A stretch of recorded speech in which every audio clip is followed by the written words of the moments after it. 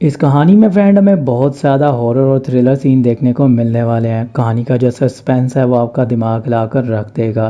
कहानी की शुरुआत हमें डॉक्टर उपटन से दिखाई जाती है जो एक बॉडी को देख रही है अपने दूसरे डॉक्टर साथी के साथ। यहाँ पर यह बॉडी किसकी है कहानी में आगे जाकर मैं आपको बताऊंगा। तो यहाँ पर डॉक्टर उपटन उसकी पोस्टमार्टम रिपोर्ट के बारे में पूछती है तो वो उसे कहता है इसकी ऑटोप्सी मुझे कर लेने दो, उसके बाद मैं जल्दी ही तुम्हें इसकी पोस्टमार्टम रिपोर्ट दे दूंगा। यहाँ से डॉक्टर ओप्टन बाहर जाती है और उसे ये गार्ड रोक लेता है। यहाँ पर गार्ड उसे एक मशवरा देता है, उसे कहता है तुम्हें अपनी दोस्त से बचकर रहना चाहिए जिसका नाम डैरबी है। डैरबी से क्यों बचना चाहिए ये कहानी में आगे जाकर पता चलेगा। वहाँ से डॉक्टर ओप्टन दो लड़कों को लेती है और डैरबी के रूम में पहुंचती है। डैरबी उसे देखकर उसकी तरफ आती है बट वो दोनों लड़के उसे जकड़ लेते हैं और डैरबी के ऊपर एक मर्डर का केस है जो कि अभी हम एक बॉडी देख चुके हैं, उसको डैरबी ने मारा होता है। उस लड़के का नाम ईसा है। अब डैरबी अपनी कहानी बताना चाहती है उपटन को। उपटन उसे कहती है मैं तुम्हारी कहानी सुनना चाहती हूँ, आखिरकार तुमने उस लड़के को क्यों मारा है। यहाँ पर डॉक्टर डैरबी उसे कहती है मैं तुम्हें अकेले में अपनी कहानी बताना चाहती हूँ। तो अब ये दोनों दोस्त बैठ जाती हैं और कहानी फ्लैशबैक में चलती है। डॉक्टर डैरबी एक साइकोलॉजिस्ट डॉक्टर है और यहाँ पर एक पेशेंट के साथ वो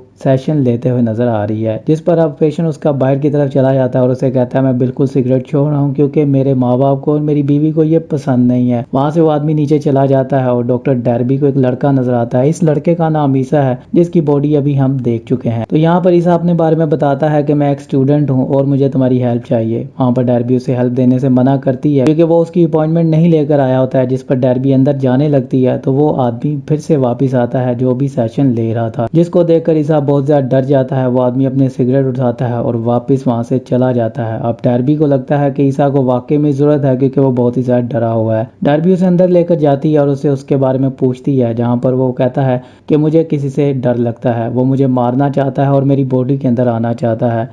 वहां पर डैरबी उसे कहती है कौन तुम्हें मारना चाहता है और कौन तुम्हारी बॉडी लेना चाहता है, मैं तुम्हारी कहानी नहीं समझ पा रही हूँ, तुम किस चीज से डर रहे हो। तो वहां पर ईसा उसे कहता है कोई ऐसा है जो मेरी बॉडी को लेना चाहता है। तो वहीं पर ही ईसा के डैड की कॉल आ जाती है, जिसको सुनने के लिए वो पहले तो बहुत ही ज्यादा डर रहा होता है और उसके बाद वो फाइनली कॉल को सुनता है और वहां पर वो कॉल पे कहता है तुम ऐसा नहीं कर सकते हो। और वहीं पर ही अब उसके डैड की सोल उसकी बॉडी के अंदर आ जाती है। यहाँ पर ईसा की पूरी तरह बॉडी लैंग्वेज चेंज हो जाती है और उसका एक हाथ जो होता है वो लकवा मार जाता है। यहाँ पर उसके हाथ के ऊपर हमें फोकस करवाया जाता है कि वो उसके वाकई में डैड की ही सोल है या फिर ये कोई ड्रामा हो रहा है। वहाँ पर डैड भी उसे कहती है मुझे लगता है कि तुम्हें किसी और डॉक्टर को दिखाना चाहिए। तो यहाँ पर ईसा कहता है नहीं मुझे किसी डॉक्टर की जरूरत नहीं है, पहले मैं डरा हुआ था, मुझे डर नहीं लग रहा है, तो अभी मुझे यहाँ पर सिगरेट चाहिए। तो यहाँ पर डैड भी कहती है ऑफिस में सिगरेट अलाउ नहीं है, तुम्हें यहाँ से चले जाना चाहिए, अगर तुम्हें कोई हेल्प की जरूरत नहीं है तो तुम यहाँ से जा सकते हो। वहाँ से ईसा अब चुपचाप चला जाता है बट वहाँ पर डैरबी के साथ वो कुछ ऐसा करता है जिसको डैरबी देखकर बहुत ही ज्यादा हैरान होती है। अब डैरबी इस चीज को नहीं बोलने वाली है। सीन यहाँ से शिफ्ट होता है, डैरबी को फिर से दिखाया जाता है जो अपने हस्बैंड के साथ हमें रोमांस करते हुए नजर आ रही है और उसके बाद उसे फिर से ईसा नजर आता है जो कि उसके साथ रोमांस कर रहा है। यहाँ पर डैरबी उसके ऊपर क्रश कर रही है। सीन यहाँ से शिफ्ट होता है, अब डैरबी सुबह होते ही अपने ऑफिस के लिए निकलती है और उसके बाद ईसा का ख्याल आता है। वो उसके घर पर पहुंचती है, वहां पर उसके डैड उसे नजर आते हैं। ईसा के डैड का भी हाथ उसी तरह होता है जैसा कि हम ईसा को देख चुके होते हैं।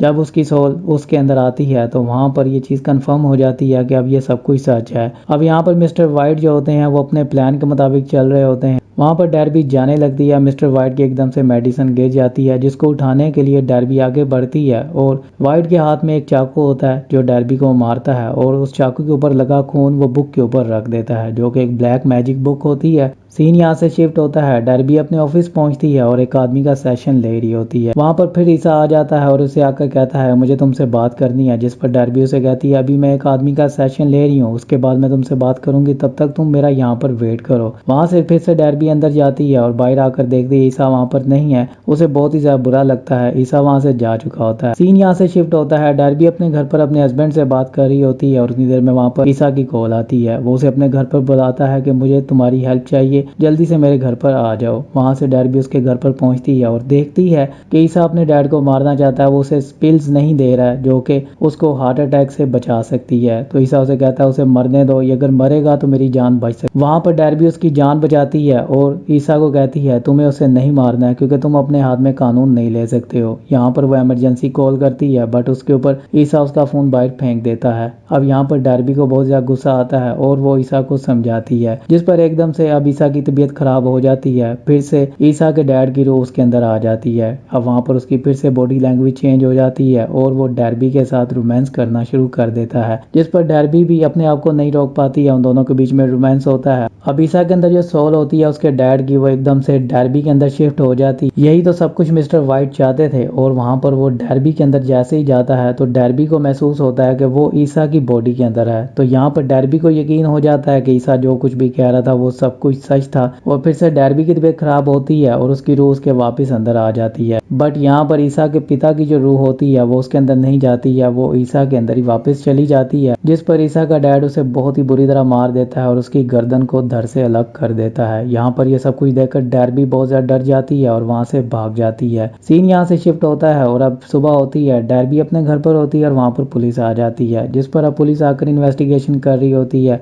यहाँ पर एडी भी बैठा हुआ है और वो सारे सवालों को सुन रहा है। पुलिस वाले उससे पूछते हैं तुम्हारा एक क्लाइंट है जिसका नाम ईसा है और उसने हमें वहाँ पर बुलाया है। उसके घर में रात को आग लग गई थी जिसकी वजह से हमें उसके घर पर जाना पड़ा और वहाँ पर तुम्हारा ये मोबाइल मिला है। वहाँ पर तुमने एक आदमी के लिए कॉल की थी जिसको हार्ट अटैक हुआ था। क्या हम जान सकते हैं वहाँ पर किसको हार्ट अटैक हुआ था? तो वहाँ पर डैर्बी कहती है मुझे लगा था कि उस लड़के को हुआ है, बट वो अगर जिंदा है तो मतलब इसमें घबराने की कोई बात नहीं है। वहाँ से पुलिस वाले चले जाते हैं और एडी वहाँ पर डैर्बी से पूछता है आखिरकार वहाँ पर क्या हुआ था, सब कुछ सच बताना। वहाँ पर डैर्बी उसे कहती है कि मैं खुद को रोक नहीं पाई और मैंने उससे रोमांस कर लिया, जिस पर एडी बहुत ज्यादा गुस्सा होता है और अपने वापस रूम में चला जाता है। अब डैर्बी इस ख्याल में बहुत ही ज्यादा गुम होती है क्योंकि वो ईसा के साथ जो कुछ कर चुकी होती है उसके लिए वो गिल्ट महसूस कर रही होती है और वापस अपने ऑफिस जाती है। यहाँ पर डैर्बी अपने हस्बैंड के बारे में सोच रही होती है और उसको कॉल करती है। उसे कहती है कि मैं जल्दी घर पर आ रही हूँ और तुम्हें भी आज जल्दी घर पर आना है। डैर्बी अपने घर पर पहुंचती है और यहाँ पर हमें फिर से ईसा को दिखाया जाता है। यहाँ पर ईसा एक जगह पर खुद को बांध देता है, मतलब मिस्टर वाइट जो है खुद को बांध रहे हैं और उसके बाद वो डैर्बी के अंदर शिफ्ट हो जाते हैं। डैर्बी की जो आत्मा होती है वो मिस्टर वाइट के अंदर आ जाती है, मतलब ईसा की बॉडी के अंदर आती है। अब डैर्बी को पूरी तरह महसूस हो रहा होता है कि वो ईसा की बॉडी के अंदर है और यहाँ पर वो बंधी हुई है। ये सब कुछ एक ट्रैप होता है मिस्टर वाइट का। अब मिस्टर वाइट जो होते हैं एडी के साथ यहाँ पर इंजॉय करते हुए नजर आते हैं, खूब रोमांस करते हैं और उसके बाद अपनी इच्छा पूरी होने के बाद पुलिस वालों का वेट करते हैं, जो कि एज यूजुअल उसका प्लान होता है।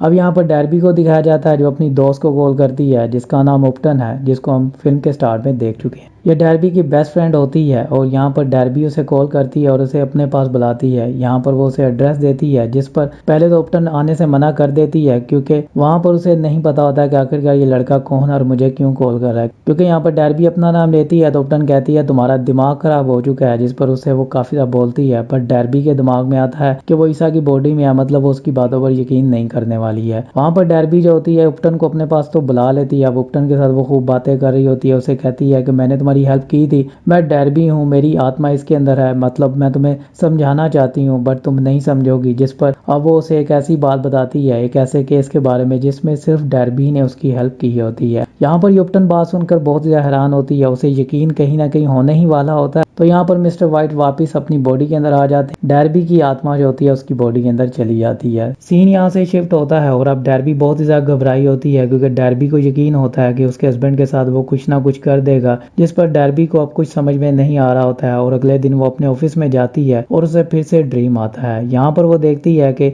ईसा उसके साथ रोमांस कर रहा है। फिर से जब वो देखती है तो मिस्टर वाइट उसके सामने खड़े होते हैं जो उसको खिड़की से नीचे फेंक देते हैं। अब डैर्बी को समझ में आ जाता है कि ये ड्रीम उसके चलते रहेंगे जब तक वो खुद को मार ना दे। तो यहाँ पर वो एडी के लिए खत लिखती है और खुदकुशी करने लगती है, जिस पर वहाँ पर मिस्टर वाइट आ जाते हैं और उसे आकर कहते हैं अगर तुम खुद को मार डालोगी तो मैं तुम्हारे हस्बैंड को मार डालूंगा। तो यहाँ पर डैर्बी उसे मारने लगती है तो वो कहता है अगर तुम मुझे मारोगी तो मैं फिर भी जिंदा रहूंगा, मैं फिर भी तुम्हें नहीं छोड़ूंगा। अब डैर्बी के हाथ में चाकू होता है और एकदम से ईसा के मुंह के ऊपर लाइट पड़ती है, जिस पर वो इसे हिप्नोटाइज करना शुरू कर देती है। मिस्टर वाइट जो होते हैं हिप्नोटाइज हो जाते हैं और डैर्बी उसे किसी तरह उसके सर में चाकू मार देती है और यहाँ पर मिस्टर वाइट फिर से होश में आते हैं और डैर्बी उसे खिड़की से नीचे फेंक देती है, जिस पर खिड़की से फेंकने पर भी वो नहीं मरता है। डैर्बी नीचे जाती है और नीचे जाकर उसे चाकुओं से मारने की कोशिश करती है बट वो फिर भी नहीं मर रहा होता है। अब डैर्बी अपनी गाड़ी में बैठती है और उसको अपनी गाड़ी के नीचे कुचल देती है बट वहाँ पर फिर भी वो नहीं मर रहा होता है। डैर्बी चाकू उठाती है, फिर से उसके गले के के ऊपर वार करना शुरू कर देती है, जिस पर वहाँ पर पुलिस वाले आ जाते हैं और डर्बी को पकड़ लेते हैं। अब कहानी हमें फ्यूचर में देखने को मिल रही है। यहाँ पर डर्बी अपनी पूरी कहानी बता चुकी है और यहाँ पर डर्बी उसे ये भी कहती है जब तक उसका ब्रेन जिंदा है तब तक मैं खुद को नहीं बचा पाऊंगी, तुम्हें उसके जाकर ब्रेन को डैमेज करना होगा, मतलब उसके ब्रेन को निकाल कर उसे ख़त्म करना होगा, तभी मेरी जान बच सकती है वरना मैं मारी जाऊंगी। अब यहाँ पर उपटन उसकी हेल्प करना चाहती है और यहाँ पर अब हमें ईसा को दिखाया जाता है जिसका पोस्टमार्टम चल रहा होता है और वहाँ पर डॉक्टर उसे देखकर बहुत ही ज़्यादा डर जाता है क्योंकि ईसा की एकदम से आँख खुलती है और वहाँ पर वो डर्बी के अंदर वापस चला जाता है। अब यहाँ पर डर्बी की आत्मा वापस ईसा के अंदर आ जाती है और मिस्टर वाइट की आत्मा डर्बी के अंदर चली जाती है। यहाँ पर डॉक्टर उपटन से वो बातें करना शुरू करता है और उसके बाद डॉक्टर उपटन को समझ में आता है कि ये डर्बी नहीं है। डॉक्टर उपटन उससे पूछती है मेरा नाम बताओ, तो वहाँ पर डर्बी उसका नाम नहीं बता रही होती पर गार्ड आ जाता है और कहता है तुम्हें आकर ये एक बार देखना चाहिए। डॉक्टर उपटन बाइक की तरफ जाकर देखती है तो वो बॉडी रेंगना शुरू कर देती है। ये सब कुछ देखकर डॉक्टर उपटन भी बहुत ज्यादा डर जाती है और यहाँ पर डॉक्टर उपटन और डॉक्टर डर्बी के बीच में फाइट होते नजर आती है, जिस पर डॉक्टर उपटन से कहती है इसकी बॉडी से बाहर दफा हो जाए, जिस पर मिस्टर वाइट को बहुत ही ज्यादा मजा आ रहा होता है क्योंकि उसका तो ये खेल होता है और वहाँ पर